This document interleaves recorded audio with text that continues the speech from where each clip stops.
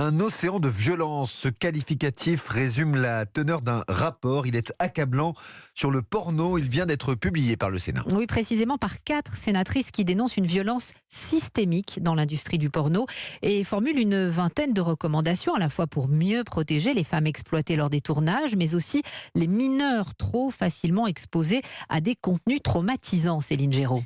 Oui, effectivement, parmi ces 23 recommandations, le Sénat demande notamment que l'arsenal judiciaire pour protéger les actrices soit renforcé et que la procédure pour le droit à l'oubli soit facilitée. Pourquoi ? Une fois leur carrière terminée, les actrices demandent souvent que leurs vidéos soient supprimées.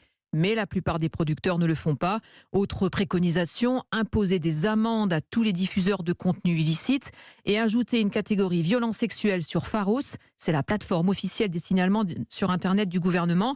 Écoutez Annick Billon, sénatrice UDI, c'est l'une des 4 auteurs de ce rapport. Je souhaite que ce rapport infuse et que, comme pour le viol conjugal, qui était auparavant quelque chose que personne n'intégrait automatiquement dans son logiciel, il faut qu'on intègre qu'il y a de nombreuses violences sexuelles dans la pornographie et que, oui, par exemple, une actrice peut être violée sur un tournage pornographique.